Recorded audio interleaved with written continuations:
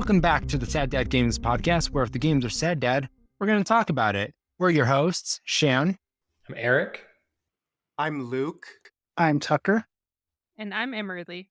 Today, and I just need to preface this with a spoiler, the tag, we are going to be talking about The Last of Us Part 2, the first act. We are going to be talking all the way up until, again, spoilers, until Joel's death. Spoilers. Dun, dun, dun. Well, you can't take it Spoilers. after. You've It's been already too late, spoiled. but, you know, Done you got were warned. spoiled. Fool. Exactly. This is probably the most emotionally devastating beat in any game that I've ever played. And so we have to turn this into a very prolonged discussion, talk about how it gutted all of us, right? Everybody has so many thoughts? notes, you guys. You don't even know. So many notes. All right, so let's do this. Okay, I'm going to kick this off with a question about, I'm just vamping because I didn't have my notes pulled up. This is going to have to be cut out. No, Shan's vamping is a really integral part to the show, I think. Let's all just sit Yes. here in silence and stare at Shan while he pulls up his notes, and we'll leave that in. All right, so as we open up on the game, we see Joel cleaning a guitar and he's talking to Tommy. And this is presumably immediately after he's settled in Jackson with Ellie after having massacred the Fireflies. And he's telling Tommy what he did. And this is an exposition moment just to catch new players up and to remind you of where we left off. But interestingly enough, he is telling Tommy, and I wanted to ask for people's opinion on why he chose to do that character-wise. I think that there's only so much that you can keep to yourself. It's kind of a simple explanation, but I think that it's like you do something like that, you carry something like that. Joel had to tell somebody because the last game ends with him looking at Ellie and lying to her face. And probably the most important person in his life. And arguably the next most important person in his life is his brother. And he's like, well, if I can't tell Ellie, I have to tell someone. I'm going to tell Tommy. And just so that he's got one less person that he needs to lie to. I think Joel was looking for some validation. Not that Joel needed validation, but I think it was a moral ambiguity that he was feeling compared to his very definitive, this is right, this is wrong, that we played throughout the whole first game, where he was standing pretty tall on his morals. And to me, that's the feeling I got, is he needed to get some validation from Tommy, which I think does, which is interesting. Tommy does go back to Jackson and get off the horse. Tommy does give him that peace of mind that he would have done the same thing. And I think that's huge. Right. I think that's really huge. I think that's why Joel tells him, to agree with everything you just said. He needs to not carry this weight by himself. And if anyone in the entire universe is going to understand, it's going to be Tommy. Right. And I really like while Joel is telling Tommy goes, I can't say that I would have done any different. And I think that just like for Joel is like, I didn't do a terrible thing. Not that Joel is super concerned with doing terrible things, but like to get that level of validation from his brother, I'm sure felt really good to be like, I can't say I would have done any different. I don't know that he's necessarily fishing for that, right? Because Joel is saying that he doesn't regret it to Tommy. Yeah. But he's still telling Tommy because they have a history within that interim 20 years where they were doing more questionable things just to survive. And so Tommy is a safe space for Joel to confide these things because they have crossed that line so many times that he knows that he can go to Tommy with moments like that. He's like a priest that he can confess to. And Tommy can absolve him. He give him permission structure to be absolved. I don't know, but not that he needed it, but it shares the burden. Yeah. I agree with that. And while he's talking to Tommy, he's cleaning a guitar and they do an insert of the head of the guitar where he's focusing on the symbol of a moth and he's very carefully cleaning this. So clearly the moth is a symbol. What do you think this foreshadows? What do you think it symbolizes in the show? The moth symbolizes the fireflies, I think. When you're lost in the darkness, look for the light. And the fireflies are so hopeful, but moths, I feel like, are the ugly side of that like they're also a bug that are drawn towards the light, but maybe not as pretty. Does that make sense? Fireflies, I wouldn't say that they have the same nature of being drawn to light. That fireflies create the light and moths Oh, swallow the light. So you're immediately wrong about that. Yeah. But well, I'm gonna cut this part out. No, that Yeah, stays. we can't be mean to our editor. She's got full control over everything that makes it on the. Thank you, Emerlie, for your and then crap on it. insight. Oh my gosh. When you're lost in the darkness, you look for the light, and that is a moth. The moth are drawn towards the light. But they also undergo like a transformation. And I think that also foreshadows Ellie's transformation as a character and what she has to go through in this game this is like where she undergoes her emotional maturity. But I would also speculate that this also alludes to Joel, because similar to a moth being drawn to a flame, Joel was drawn to Ellie's light, and that is what helped save him. And so I wonder if there's like a double meaning to that, because you also have to consider, why did they use this symbol on the guitar, which is a shared symbol between Joel and Ellie? So there has to be a meaning on the placement of the symbol, right? Oh, I agree. I'm going to throw maybe another layer on top of that. I think the moth is foreshadowing what happens to Joel. Moths, when they fly too close to the light, and like Joel, he flew a little too close to the fireflies, and we see the repercussions of that later on in this chapter.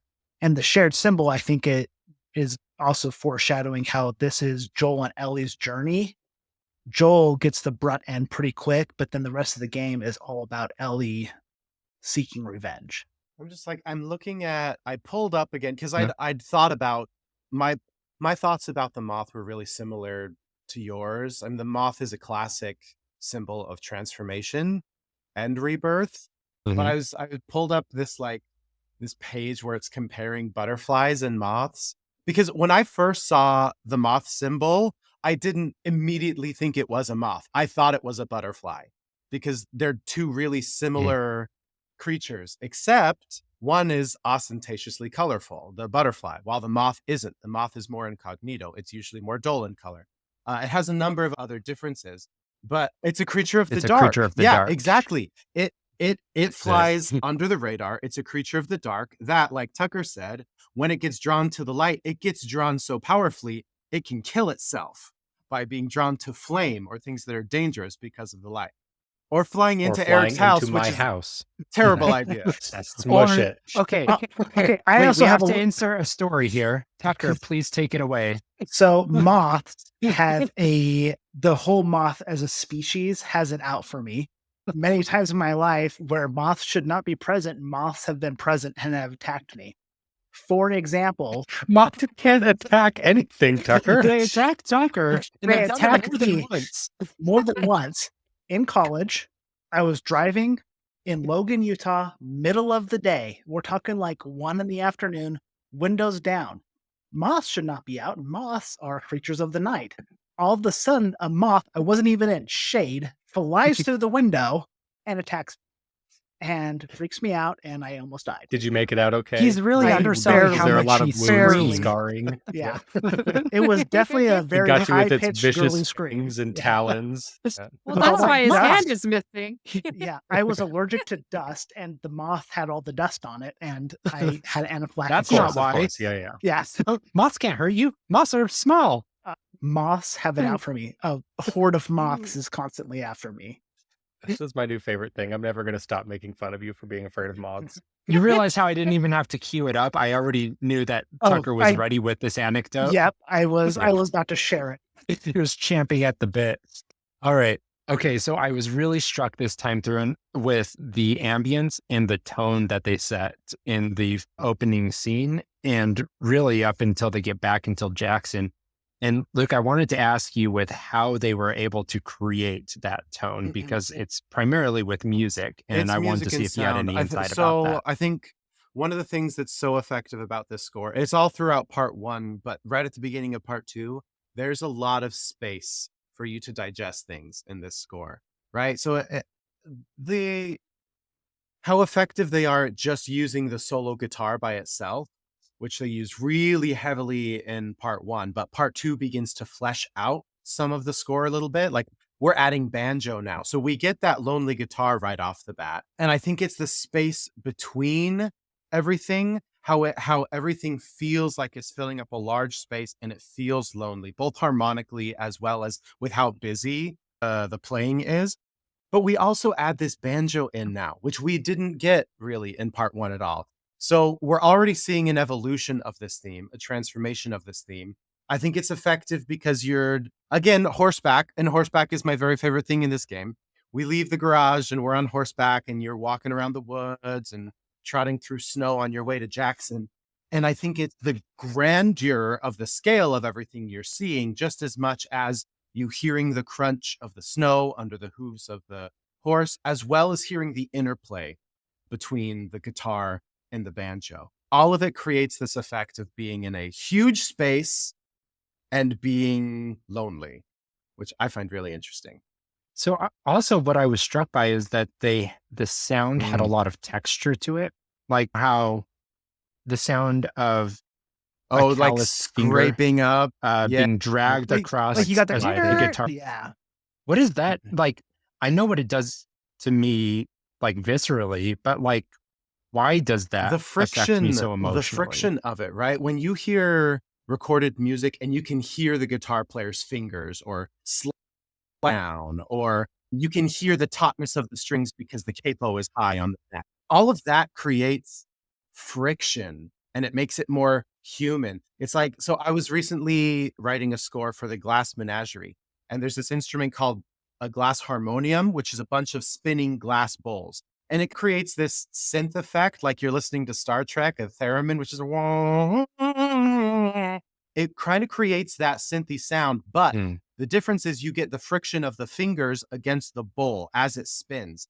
And you hear this friction, you hear this tautness.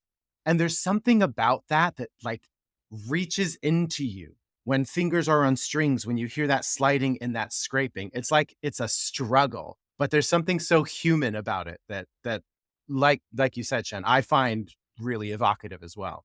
That makes me think of watching old film versus new film. A lot of people love how crisp digital is. But for myself, like I used to work at a movie theater and I used to run 35 millimeter projectors.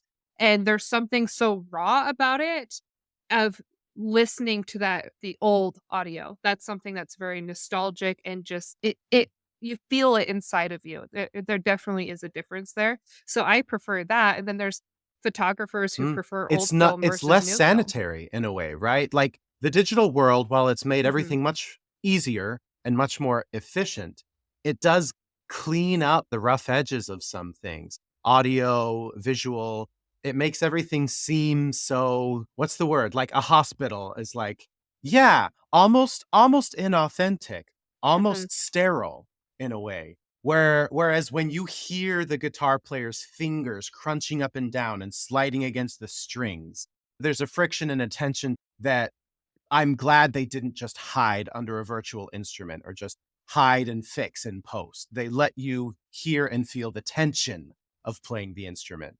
Okay, so then to bring this back, what is this trying to capture about Joel in this opening sequence? And what they're trying to say about the new tone of this game with the first game. So to me, I think there's this added tension. Like that's the feeling I got from the get-go. There's this tension of this big secret that Joel's holding on. Only now Tommy knows. And it's just there's something in the air. And I think the score really adds to that. The imperfection of it, just adds to the overall tension the player feels. I got like a big sense of loneliness and uncertainty. Not necessarily sad loneliness, but Luke touched on it where you feel small and quiet. But as well as uncertainty, because when you're playing through the first game, you always feel like, yeah, we're going to get to where we need to go. But in this one where it starts, you're like, I don't know where this is going. It seems like Joel is telling this big news to his brother and he's not really sure how Tommy's going to react. And so I think in those opening moments, there's a lot of feelings of uncertainty for from Joel towards Tommy and towards what comes next. And I think that the music and the setting does a really good job of making the player also feel uncertain with what's coming. So I really enjoyed that. So I do think it captures like a melancholy and introspection that Joel is currently getting right now, because to bring it back to that opening sequence, Tommy asks Joel, "Did she believe you?" When asking, because he said what he said to Ellie, he told that lie to Ellie, and Tommy asks, "Did she believe you?" And he says, "Well, she didn't say otherwise." She didn't not. Yeah. And so like even Joel questions if she believed him. And I think he's just filled with this moment of processing what he did and wondering if he can keep his life together and he can keep Ellie with this lie that he told. And I think it's what he expresses, that he's okay with the lie as it exists right now, because it is the version of reality that keeps Ellie in his life. And until he's forced to be did with Ellie leaving, when that happens, he'll figure out what to do next. But he's fine with whatever he has to do to keep her around. Yeah, that's a much more eloquent way of putting my thoughts on tension, because that's the tense feeling I felt in this. Is there's Joel now has to keep this light up to hold everything together, and anybody that's tried to keep a lie up knows that at some point the floor falls out from underneath you. One other thought I had about specifically the instruments that are chosen for the score in this. I was just pulling it up to make sure I had the instruments. So Santolaya uses the ronroco, which is that signature guitar sound you hear specifically for Ellie. But then the use of the banjo, which, spoiler, we get is very much Abby's theme, is featured on the banjo, is introduced here, which I find interesting. It's almost like in the orchestration of this very first scene, before we even get to Jackson, we're laying the groundwork that the score is going to be a little more complex. It's going to have more color and timbre than part one did. Right off the bat, they're telling you that with the sonic landscape. And they're doing it with the instruments that are going to introduce the next major character, the next big impetus. And we'll get to Abby, and I know we'll get to everything that happens, but I wanted to mention that I find it really interesting. Those are the two instruments we hear right off the bat. What does Daryl say? Like, I need to listen to the musical score so that I can hear. When on The Office, when they're watching Andy, Sweeney Todd, and Michael's trying to talk to him, and Daryl goes, "Shh, we have to listen to the overture or we won't recognize the musical elements when they recur later." That's exactly right. I just love it. It's one of my favorite lines from The Office. It gets me every time. Okay, so to go back to giving Joel that was a peace of mind that he doesn't think he would do differently from Joel. Do you agree with that? Because Tommy has partnered up with Maria, and he's become a reformed man, and departure from Joel was very specifically to avoid that past. And so is this current reincarnation of Tommy,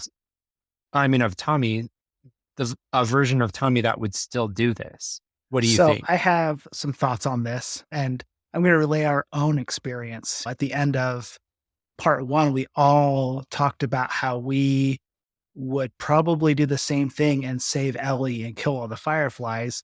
And one of the driving factors is we're dads. We have children. And so Maria is expecting. So I think this is where Tommy's kind of getting into dad mode here, where he's now picturing, he has the memory of Joel and Sarah. He now has a picture of Joel and Ellie and that father-daughter relationship. And he's thinking, okay, I'm going to be a dad soon. What if Ellie was my child? And so I think it does still hold up that this reformed man would not do anything different because he has a child now, or is going to have a child. And based on Tommy's actions just a little bit later in this chapter, which we'll get to, I think that it really supports that kind of person that Tommy is. So the version I believe that Tommy has forsaken is that he's no longer a utilitarian man for survival. the kind that existed with Joel that was going out of the way to hurt people to secure resources for survival.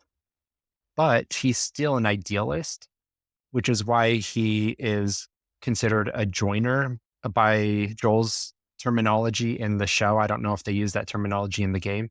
And being an idealist, as we talked about at the end of part 1, it means that he would be a deontologist where he has moral absolutism on his side. And I think that the idea of patriarchal protectionism is a moral absolutism. As you were saying, Tucker, that in father mode, that is an absolutism, that there is nothing that you can't justify to protect. All right. Well said. Yeah. So then we enter in a scene, this really fraught scene between Joel and Ellie. Joel uses an excuse of the guitar to enter Ellie's bedroom and says he wants to teach her guitar. So this is still soon after Salt Lake. I don't know that we're given a reason why there's tension there, but I think we can infer that this is extrapolated tension from the first game, that there's still some resentment that's unspoken. So I love this relationship. Oh yeah. I love this relationship because it completely switches their dynamic from the beginning of the first game. So beginning of the first game, Ellie is doing things to try to connect with Joel. Joel is very shut off. And then at the beginning of part 2, their roles are switched. Ellie is very shut off and Joel is trying so hard to connect with Ellie.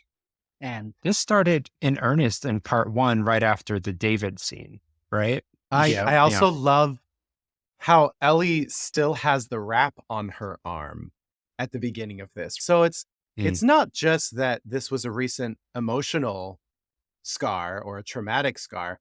She still has the very real, literal scars from this whole episode on her body. Yes. The wrap from the IV, right? Is that what you're talking about? Yeah. I noticed that too. Oh, I took that as she was trying to hide the bite marks. Is that what I took it as well? That's why she gets.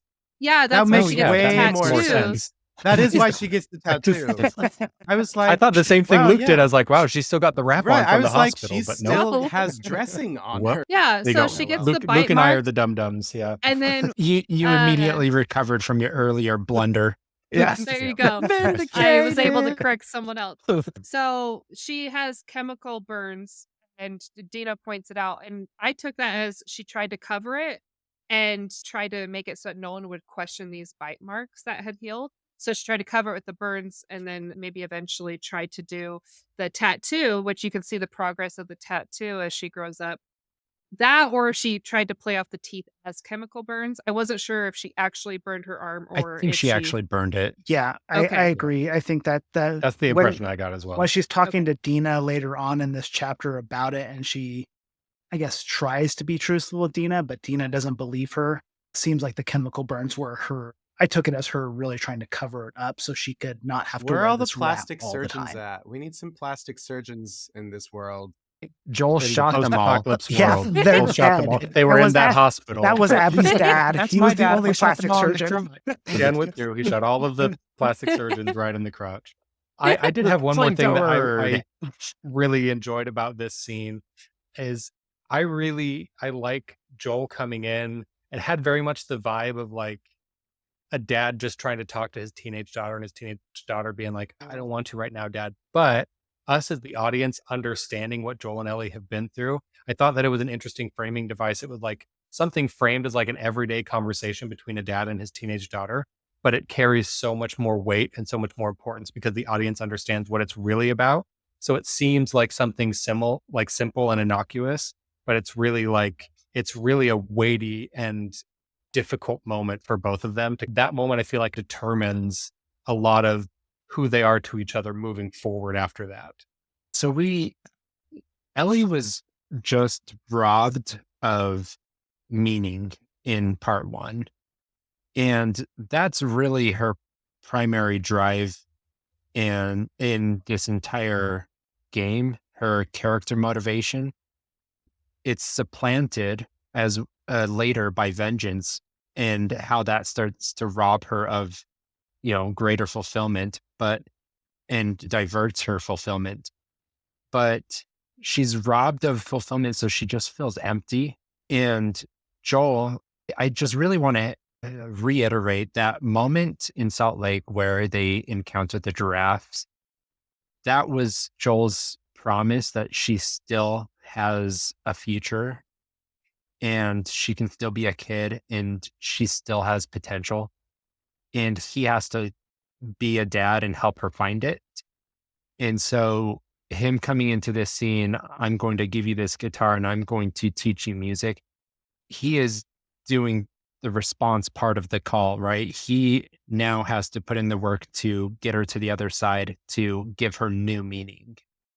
And he cares. We don't get enough time with Joel in this game, but the short amount of time we do, it's like it adds so much depth to Joel and adds so much humanity that he really does care about her, which makes everything that happens afterwards so much more gut-wrenching. I just wanted to point out something I took as a double meaning of the when you're lost in the darkness, look for the light, is that represented depression for me as well.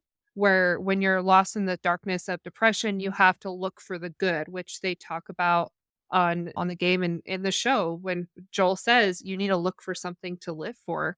And I feel like with the guitar, that is, hey, you're lost in the darkness, you're numb because of all these experiences you've had, and you need to look for a reason to live. You need to look for the light. And that for some of us, I'm sure you guys can relate, sometimes that is your hobbies and the things that you take joy in, like music.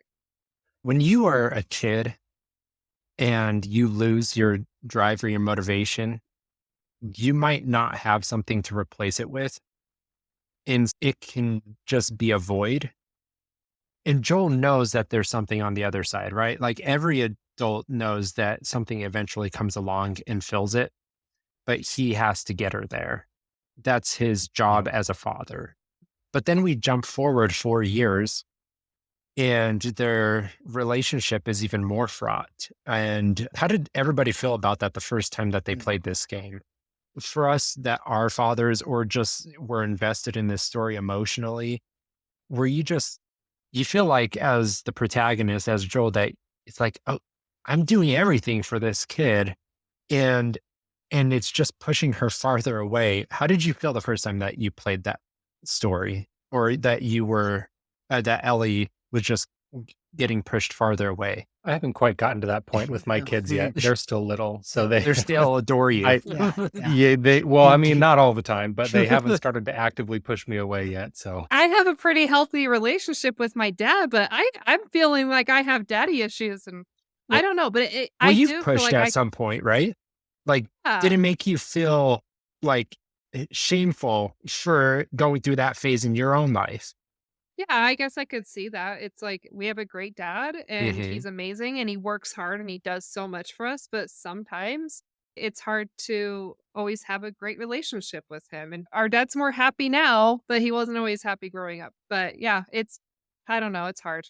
But I definitely feel like I could relate in a way when I was like, but I have a good relationship. So this scene with the guitar and Joel, I know we just jumped ahead for years, but it's going to relate back to this. That scene with Joel, and the guitar and Ellie is especially impactful for me because my dad is a guitarist and quite a gifted guitarist.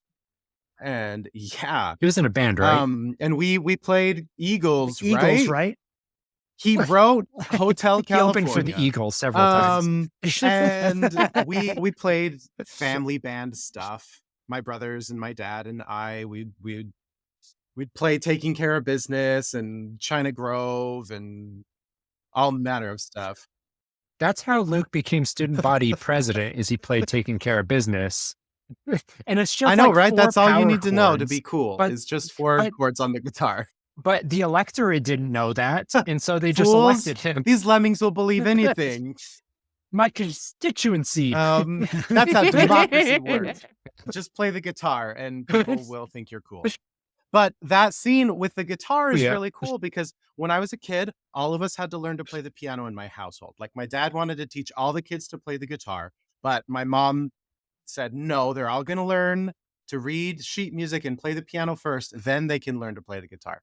So it wasn't for the first couple years that I was interested in music and learning to play other instruments. And I had already learned to play, saxophone and clarinet by this point in middle school band.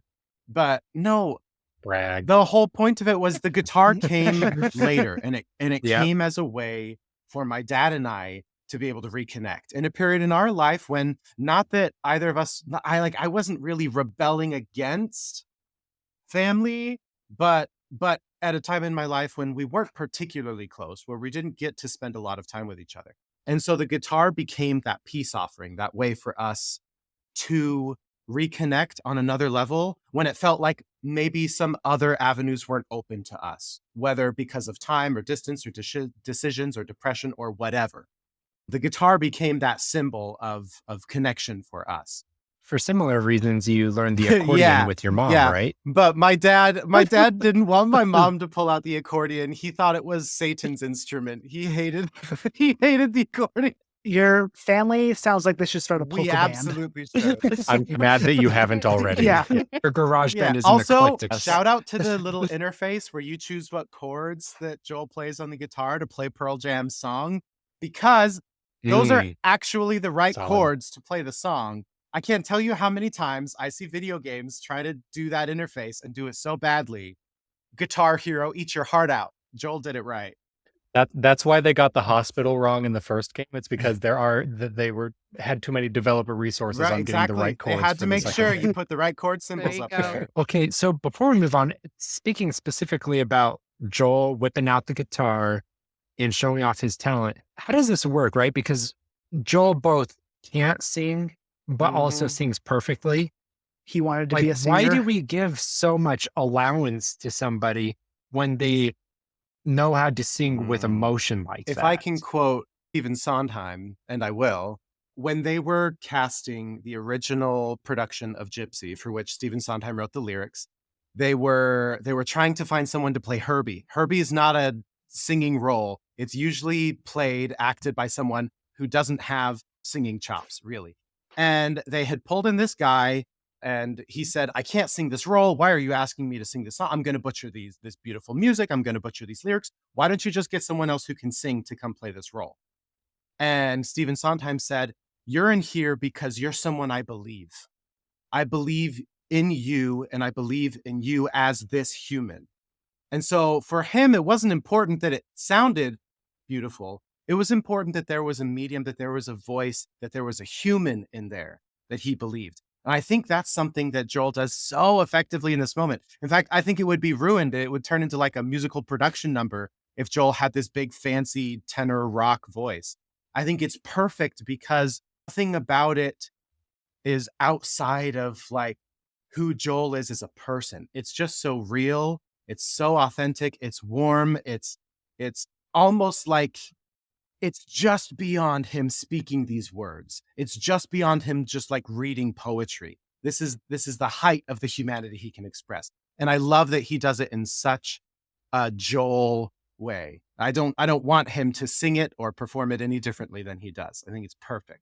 Perfect. So maybe a more layman's term who's not familiar with musical theater. You don't say. Stephen Sondheim say, Tucker, tell us. Yeah. He said musical theater, blah, blah, blah, blah, blah. That's so exactly right. For me, this just going along with the realness of it, this really reminds me of Johnny Cash singing Hurt. Hurt is a cover of a Nine Inch Nails song, but the Johnny Cash version is just so stinking heart-wrenching because knowing what Johnny Cash went through his entire life, him singing Hurt it just makes you want to just crawl up in a ball and cry. So if you haven't listened, it's a really great song. Yeah, if you haven't listened to it by Johnny Cash, go and listen to it because his voice is not great. He recorded this later on in his life, and I like how Luke put it, is just past him reading the words in this song, and it's just so real, so visceral. So that's where that part really hit me with Joel singing, is that Johnny Cash version came immediately to mind. So lyrically, this song, it's both like, it's just close enough to almost being on the nose, but it's not. And I love that lyrically, it's ambiguous enough that in this moment, it's Joel expressing to Ellie how he feels about her. And then later, Ellie can use that exact same song about Joel, and it means something completely different. And it's actually even more painful at that point. I want to save that discussion for when we get to that, but just powerfully written. I love how they elevated music as a motif in this game very powerfully. They use it symbolically by the end of the game, express what what toll it can have on a human soul and what it can take away from you. But we just can't talk about that now because that's a discussion for another day. Saving it for later. You have to watch all the episodes now to fully understand what Shan meant. Right. We don't even know. We don't even haven't gotten know there yet. Yeah, it's who knows. Yeah, we have to figure it out. We're going to make it up. So you have to Like an come back and listen to improvisation. future episodes. Yeah. What would you call that? An improv conversation like it. All right. So after this scene, we jump and Jesse comes in and wakes up Ellie. And we realize that we have just come into Ellie kissed Dina the night before at a dance. We don't know who Dina is yet. We're just learning who Jesse is, but Jesse had been dating Dina. And so we're going to have this story unravel throughout the whole game. And it's going to add emotional beats at exactly the right moment in a Christopher Nolan way. Ooh. I think that must have been how they were inspired with this game, right? Just in the editing bay. They're like, how do we setting up plot points and knocking them out?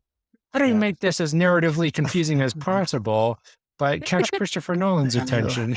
I will say, I really like when games and media and like TV shows and movies do stuff like that. Like they come in, Jesse comes and starts talking to Ellie, and they start talking about things that happened the night before. And as the player, you're like, you have no idea what happened the night before.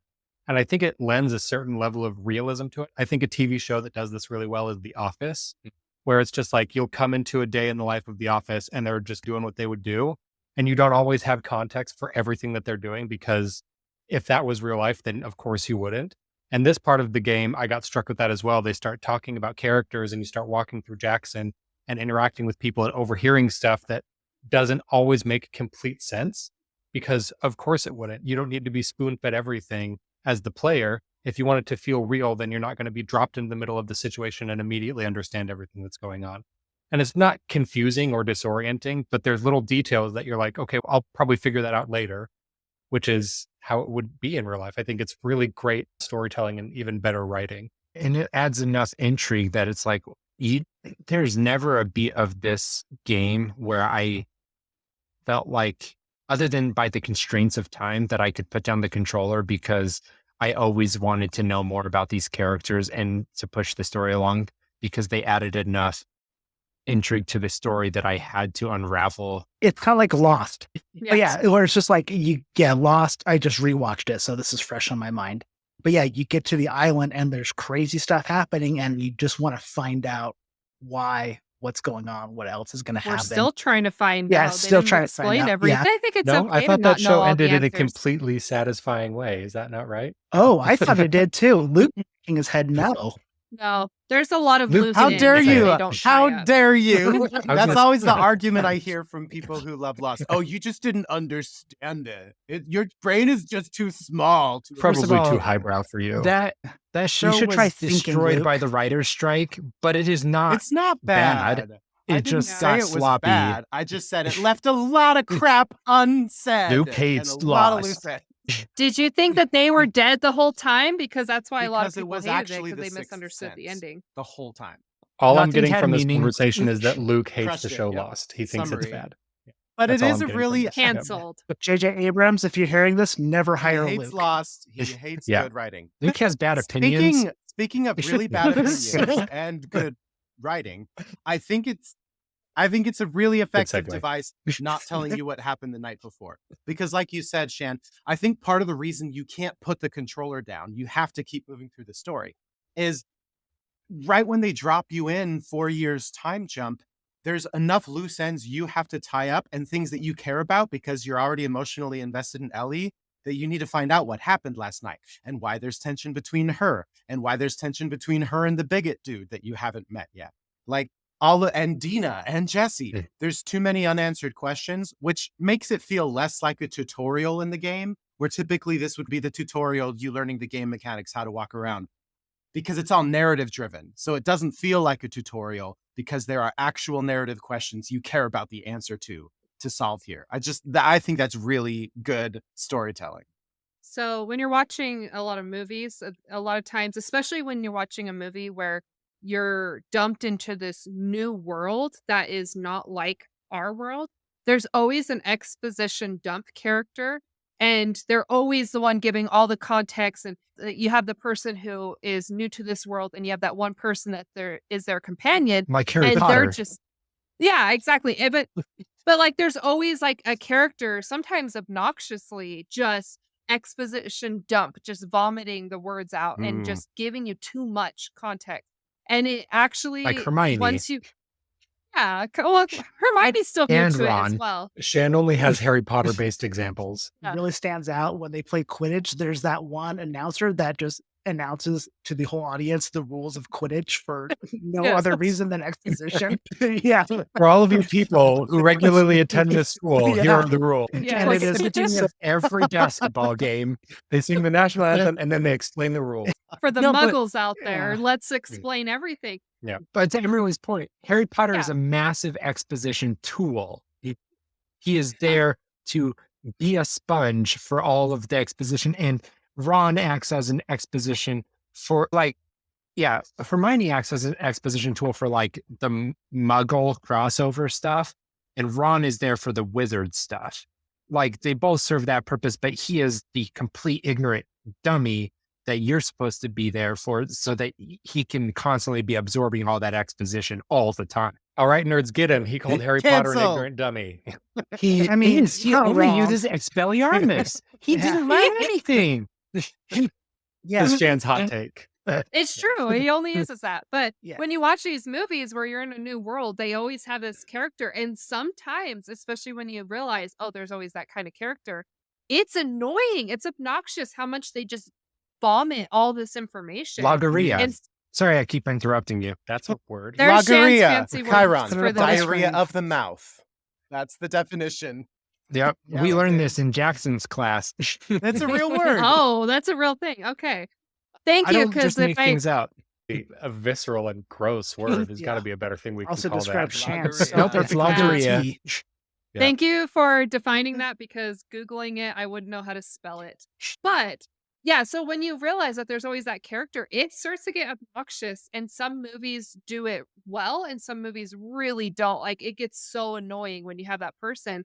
And let's say you're like watching a show, and even if the two characters knows what's happening, and they're like, oh, did you call your mom because of this? And they're having a normal conversation, but that person has to reiterate why they had to call Yes. their mom or something. Do you know what I'm saying? Yeah. It's like, why are you re-explaining what you both already know is happening? And so to be able to tell a story without doing that, because once I start picking up on it, it's really obnoxious. But I really love how The Last of Us did it, where it's just like little teasers. They're having normal conversations. They're not re-explaining what they both already know.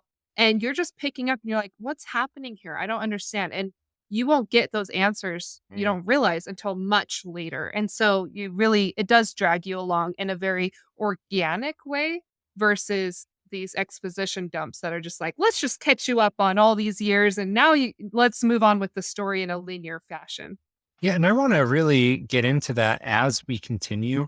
But I was really struck in this first act how much better the dialogue was in this game versus even the last. I never had a problem with the first game, but the dialogue is incredibly powerful. It's organic, it's layered, and like everybody is saying things that is motivated by their own desires, but I don't know how to explain it, but like there's subtext to everything everybody is saying. So they go into a conversation and they both want to get something out of it for themselves. So everything that moves the conversation along is selfishly motivated. And that is what makes the dialogue so real and powerful, because that's how we actually speak. Is we all, like, everything that we say is intrinsically motivated.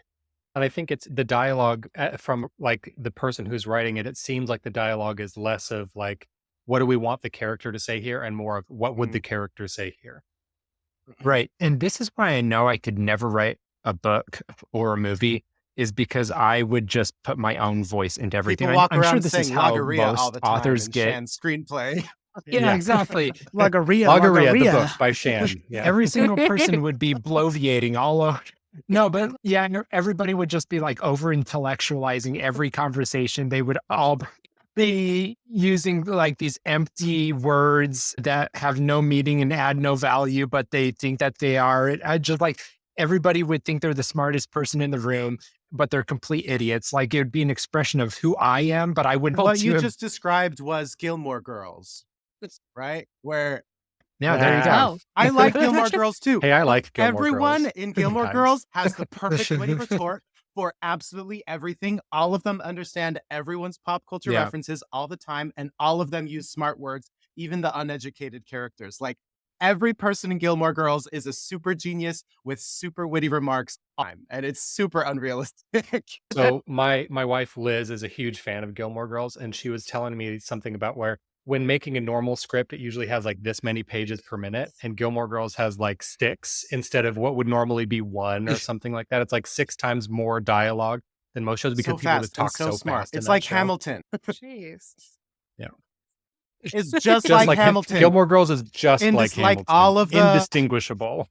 Am I watching Gilmore Girls or Hamilton? There'd be no way of knowing.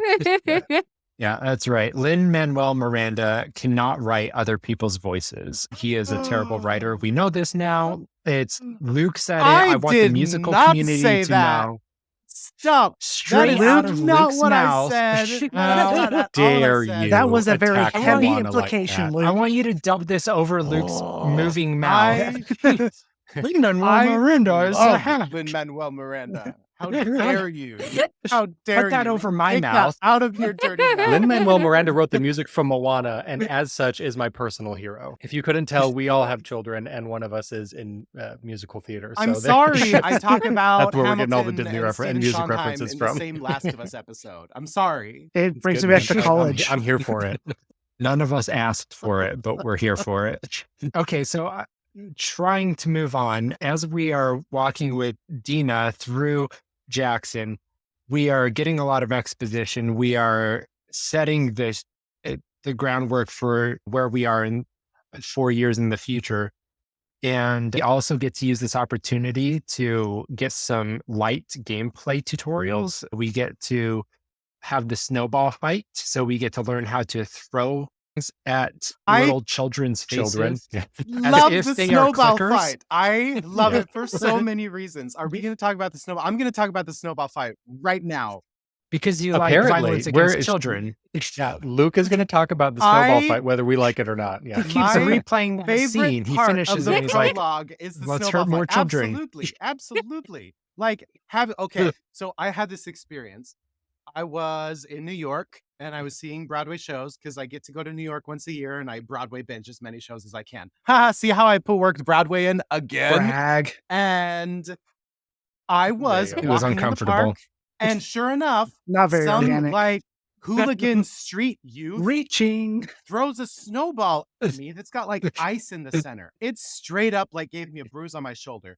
And I have to ask, were you asking for it? What were you wearing? Yeah, you're right. Fair enough. A target. I had a big on your bullseye on the back of my pea coat. I was wearing like a tool. That said, please throw a snowball at me. Please throw a snowball at me. But I did not hesitate to turn around and like in one swift motion, I was like Buddy the Elf. I straight up like one swift motion, wham! And I'll be damned if I didn't nail that kid. Just like nail him in the chest with a snow. Bravo. Oh, he deserved it. Good. He had it coming. Deserved it. And then you were with battery, right? Yeah. Please, he's That 4-year-old never saw it coming. And what was he, like 13 years old? He had it coming. Most 13-year-olds could stand to be hit with more a than snowball. a few. Yeah. So this scene with them, like with the snowballs, not only is it cute and fun, but there's something super cathartic about just pelting kids with snowballs. I don't know. It's super cathartic. It's like that scene from Always Sunny. I was going to say the same thing.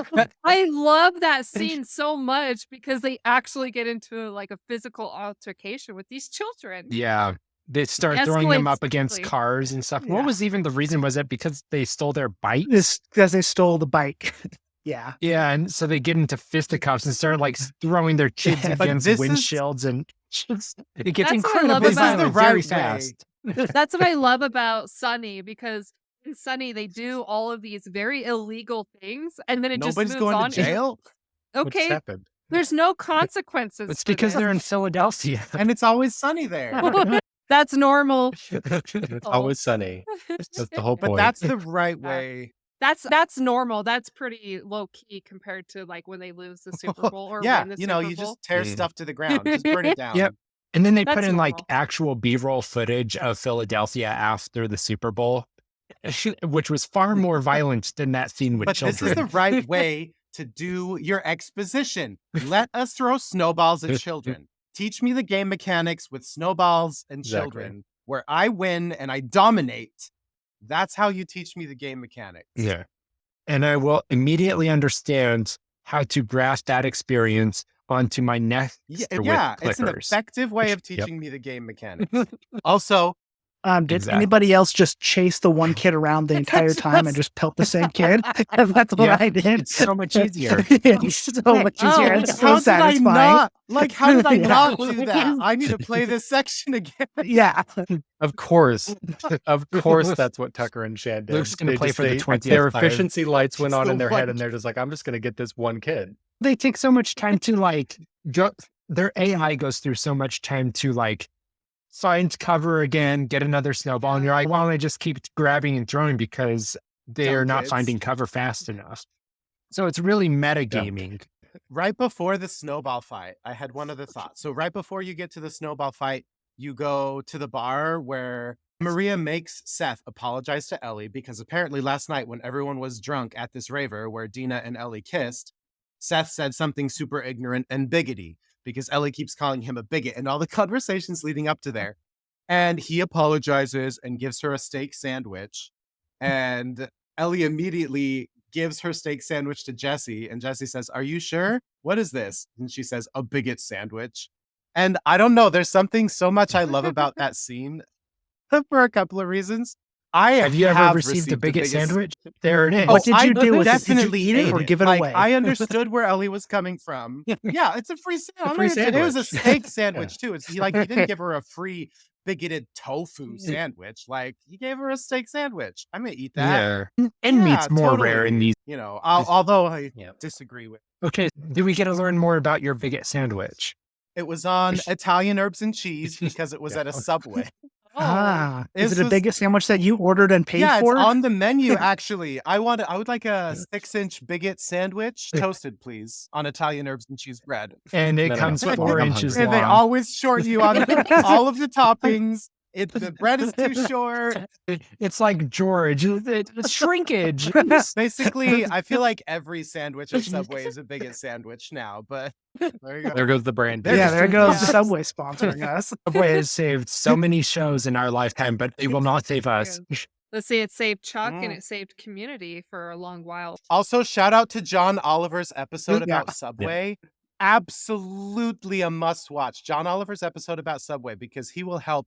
First of all, he talks about how there's this weird obsession with like Subway romance TV shows, like TV serials in Korea. Like they make these serial romantic episodes that all take place in a Subway. Super weird. But John Oliver does a good expose about why Subway is terrible and why they serve bigot sandwiches. So just And then did he continue to pander to Gen Z and then cherry pick anecdotes to prove a point? Okay, excellent. Then right on brand. Perfect. Exactly. All right. I have a beef, but anyway. Really, I couldn't. My name is Shan. I love John. Really I'm not like saying John he's Oliver. bad. I'm just I'm saying sorry. I that, opened the can of worms back up. I didn't I'm mean just to. saying that awards can go to other people. Shan, on a scale of 1 to Meryl Streep, how much do you hate John Oliver? I am saying awards Do can you go hate to other Meryl people. Streep? End of story. Shan He hates hates Meryl Streep. with a fiery Yeah. passion. We're getting all the hot we takes might need this to cut that episode. part. Yeah, we're gonna have to be choosy. Okay, hot take. Meryl Streep. Is she overrated? She is Yes. great, but she's overrated. She does not deserve a nomination every effing year. Hot take over. There are other women I that have No deserve strong it. opinions. I have no strong yes, opinions and about I this. do agree that there are lots of other very talented actresses who deserve nominations. Is Meryl Streep that talented? Yes, More she than is Meryl that Streep. talented. But I agree that I don't think she has to get nominated for everything all the time, every year. And yet, she's freaking good at what she does. There's that too. Okay, so I think she might be coming up on her third Oscar. And are we not sure this is why Michael Day-Lewis just announced he's coming out of retirement?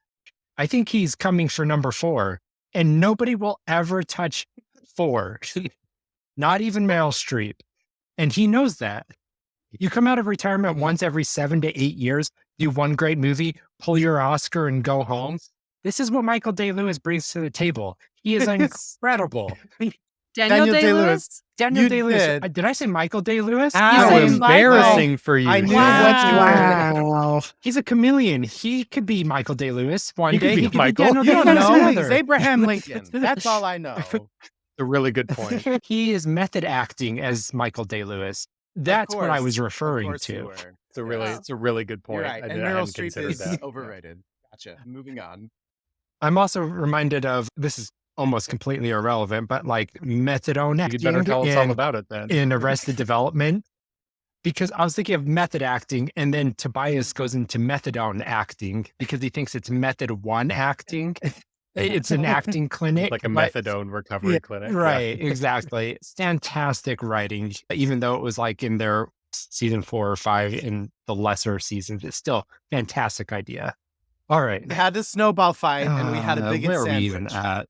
So we're 5 Okay. minutes into the game You know, We've done it. and an hour into this recording. Right. So after this sequence, we then go over to Abby for the first time, waking up in some unknown location. And how did you feel the first time that you were transported into an unknown character's body and forced to play as her? Were you outraged? My first How thoughts did you feel? were, this lady is ripped. She is absolutely built, right? Like my first thoughts were, Right. good for you, honestly. Right. Way she a to wall. get it. Yeah. She a wall. I didn't do the finger snap because I'm pretty sure I'm not allowed to do that. No, I, didn't do it no, right. I no. can't do the head That'd be bob. cultural I'll just do appropriation. it wrong. Yeah. Okay. So apparently nobody, I think there was shock to my system, but like more so later in the game. When it's like, please stop making me do this. But yeah, we'll get I, into that later. I had the same thought. I'm like, man, I hope this doesn't last long. Was my initial thought, and then spoiler Same. alert, you're in Y'all you're Abby for like half the haters. game. Alert. Spoiler alert. And initially I was expecting to play as Ellie because she's on the cover of the game. And so that was my expectation. And so I was initially shocked. I was mostly just like, this is weird. I wonder why this is happening. But I wasn't like, I hate this. It was just kind of like, I wonder where this is going. Yeah. I hope I get to play as Ellie again soon. Like, Was it I wasn't immediately too ominous? bothered. No, I immediately, like, I wasn't that bothered by playing by her. I wasn't really trying to figure it out because I'm not the kind of person that tries to figure out what the ending to movies are. Or I love stories to be told in their own way, and I never try to push it and be like, what is going on? So I just Similarly, I was kind of ride at excited first. about it. Like, I can understand that instinct of being shocked, especially because this is Ellie's story and we loved part 1 so much.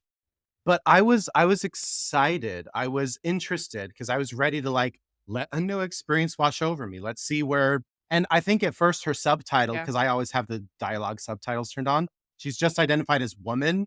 And so there's a level of intrigue as well to her. Like, you don't know who this person is, but she's important enough for you to inhabit her.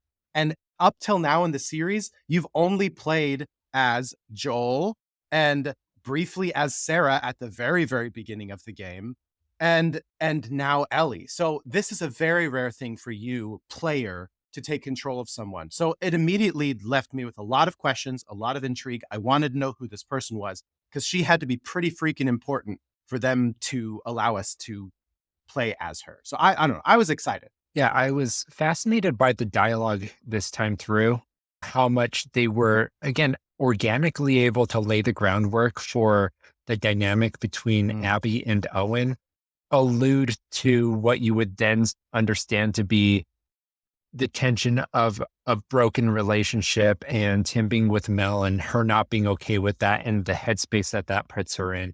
They were able to do that in a completely organic way that felt like it was a slice of time that once you finish the game and come back, you're like, okay, it makes sense for them to be talking like this at this moment if you were to cut it up linearly.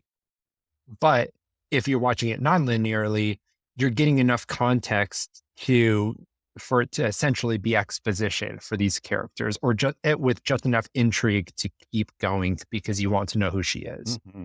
I really enjoyed this beginning part as Abby, not as much the first time because I felt more indifferent towards it, but this time, so this is only my second time through the game, but playing it again this time, I was on the lookout for little details and clues and stuff. So I really like with Abby when they show that she's afraid of heights, and they Right. show that multiple times throughout the Oh, game. that's and what I was going to say. Oh, okay.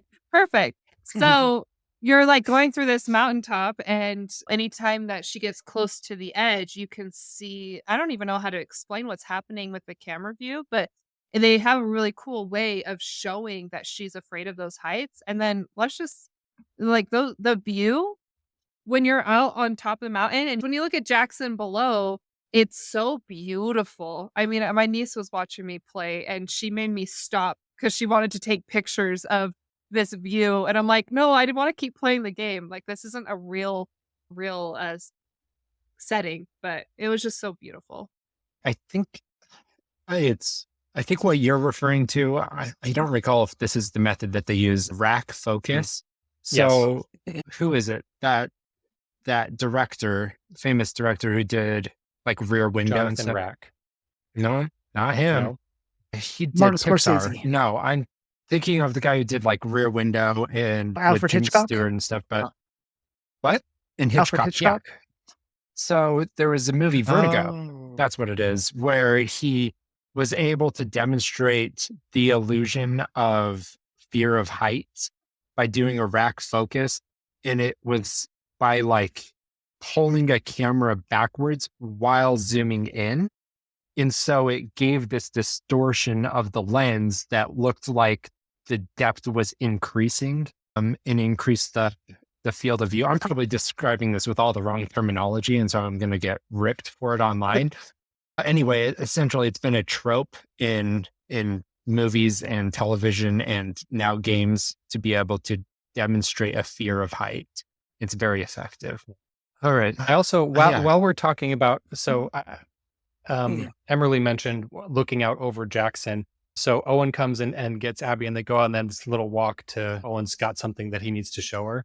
So Owen and Abby get to this overlook where they're looking out over Jackson. And the first time I was playing this game, this is the moment where I realized that something was about to happen, because they get up on that overlook and I'm playing the game. And then Abby says to Owen, if he's in there, how do we get to him? They're like just talking about something. If he's in there, how do they get to him? They're like, they better not be coming after Joel.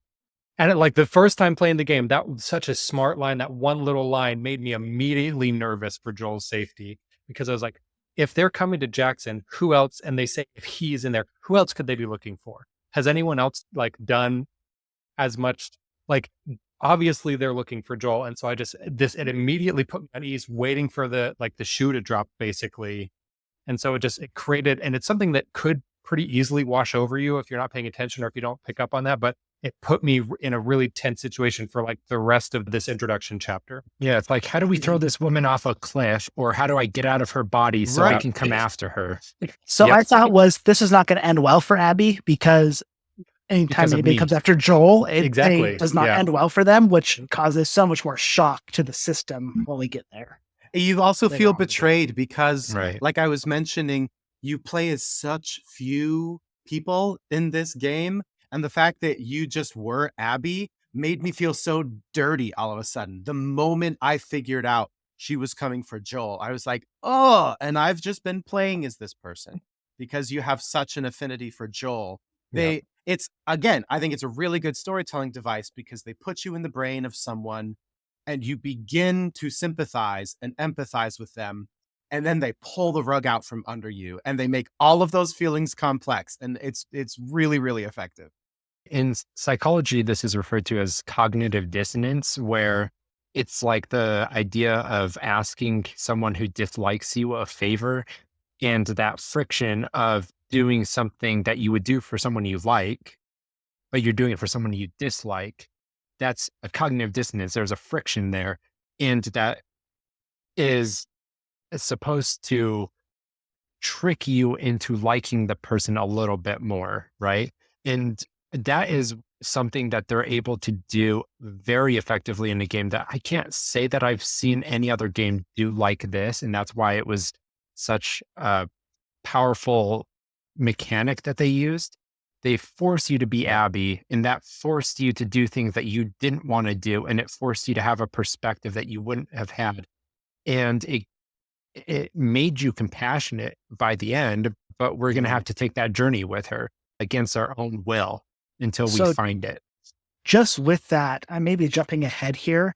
When Joel and Tommy end up saving Abby briefly, one of the things I really noticed this time through was Abby has this face of confusion and a little bit of conflict of the guy I've been hunting down for years now is saving my life. Like, I don't know necessarily how to process this.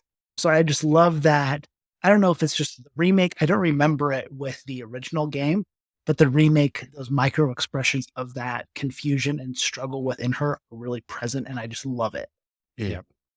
Okay. Before we get to that though, Owen reveals to Abby that he's impregnated Mel, and this just destroys her and it makes her feel isolated. And she's decided, even though she's traveled all this way with all of her friends, and she's brought so many friends with her for a motive that we haven't yet discovered, she's decided, you know what, I'm always alone. And maybe we'll find out later in the game what she's referring to, why she always feels like she's alone. But she's like, fine, if I'm going to be abandoned again and again, then I'm just going to do this on my own. And so she takes off. She runs through winter landscape. I loved a lot of details in this sequence. For example, I was blown away in the remake as you're like climbing in and out of these wooden houses. You can see the volumetric wind blowing into houses. There were a lot of moments of like how the light captured in those volumetric settings as you're walking into buildings and out of them. But you also discover as you're going into a house, you find a note from Seth that says that he had, what was it? He had a wife and 3 sons, and 2 of them were killed. And he was looking for a safe place to stay. And we now know this is the same Seth that's in Jackson, the bigot. Serving bigot sandwiches. How does this, I had never made the connection because, again, ADHD brain, it's like I don't connect those things unless the game spells it out for me. Everybody else picked up on that? I this time around I did. The first time I played, I was similar to you. I was like, someone named Seth needed help here. I'm But like, this time around, I was as like, I I'm bet that's the playing, same I'm guy. pulling up So- like the wiki page with the characters. So I'm like doing research while I do this. Otherwise, I don't think I would have caught it. Yeah, Yes. I didn't So remember Bigot Sandwich Guy was Seth Yeah. until the second playthrough, where I Right. been paying a lot more close attention to character names and trying to make those different connections. Right. Thematically, this game, one of the most salient points that it tries to drive home over and over again, like its central thesis over the course of 30 plus hours, is we just don't understand people. And if we put in the work to understand them, we can love them. And they'll prove that with so many different case studies. I think that this was the first evidence of that with Seth is, yes, he's a broken man and he has his biases, he has his inner conflicts, but like, can't you understand that he's broken because he has a past where he's lost his family and maybe you can give them a little space. And Ellie doesn't know this, I'm sure, but everybody that like is in conflict with each other is just from not knowing each other. And we have to be forced to be around each other in order to find common ground, because we can find common ground. In society, we just keep fragmenting into smaller and smaller spaces. And we don't have those third spaces or those monocultural moments that bring us together like we used to. And so it's getting easier to fragment and not to come together and to be forced to have community and compassion for each other. Yeah, we're tribalism at its worst right now. So like this game comes out in the middle of COVID when isolation is at its peak, probably history. I feel like it's even more important now because we're now living in the after effects of COVID and what it's done destructively to society. But like, so it just thematically, it just keeps hammering home this idea that like, we need to talk to each other. We need to understand each other and we can find common ground and we can forgive each other. We can love each other, even if we will never agree on our values. Well, and that's one of the things that Shan has mentioned this before. That was one of the I'm going to get a little cheesy here for a minute. That was one of the reasons why we wanted to start doing this, but specifically why Shan wanted to start doing this, because we wanted to have a time where we could all talk to each other and we could hang out, but not just that, where anyone who wants to listen could virtually hang out with us too. So we just are really excited to be here to have happy conversations about games and things that are important to us. And so we are happy and excited for anyone who wants to come listen and to be a part of that. So come hang out with us and be happy in this post-COVID world, because we love you guys. I hope that you enjoy listening.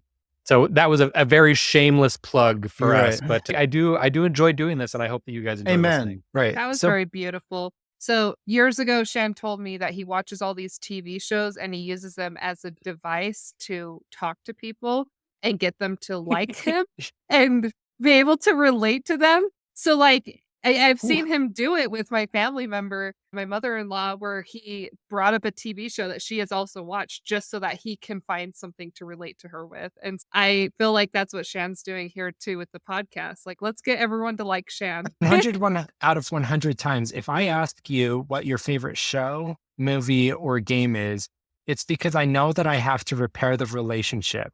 And I am going to go out of my way to consume your media. And then I'm going to talk to you about it passionately. I'm going to find a reason to love it, even if it was hard for me. And I want to understand why you loved it. And it always works. And that's why I wanted to create this community. And the future of this community, if I can convince you to please like and subscribe so that we can grow it, is that I want to build like Discord communities where monthly people are finding groups that they can break off and have video game clubs where they're, talking ad nauseum about their favorite games and they're recommending what to play next. And they're coming together on these games that we typically now play alone because, in the past we used to play games together or we used to talk about them a lot more. And now we just play them in silos and it's an isolating experience. And I want to see if I can help make it more of a monocultural thing that it used to be. Because yes, we might all play a new release when it happens, but we're still not experiencing it together. And that's what makes it truly nostalgic and powerful as a media. Well Amen. Yes. Well said. I agree. So everybody watch us, listen to us, come hang out with us. We really enjoy having you here. That was a great impromptu intermediate plug. Yeah, I was going to say we were going to do that's a like pre-record one, but intermission. We don't have to. Boom. We already did it. We love you guys. Listen to us, please. Pretty, please. Pretty, please. Please listen. Please. Listen, please listen, please. It reminds me I think that's a good development where they're plugging with Ron Howard. He's like, tell your friends to watch when Burger King picks them up and saves them, where they're having the or to buy it. And who's his acting coach? I can't think of his name. Carl Weathers. Carl Weathers is just at Burger King. And they're just shamelessly plugging Burger King Whoppers, and Ron Howard's like, just tell your friends to watch. You can find our podcast on Spotify, Apple Podcast, and YouTube. Be sure to subscribe and enable notifications so you don't miss out on any of our new episodes. New episodes of this series that you're watching right now drop every Monday. And then every Thursday, you can get new episodes of Eric's Indie Corner or other like content. Make sure to give this video a thumbs up, subscribe, tell all your friends. We really enjoyed talking to you guys today. And we'll catch you on the flippity flip. Outro. Bleepity doof, bleepity bloopity blow.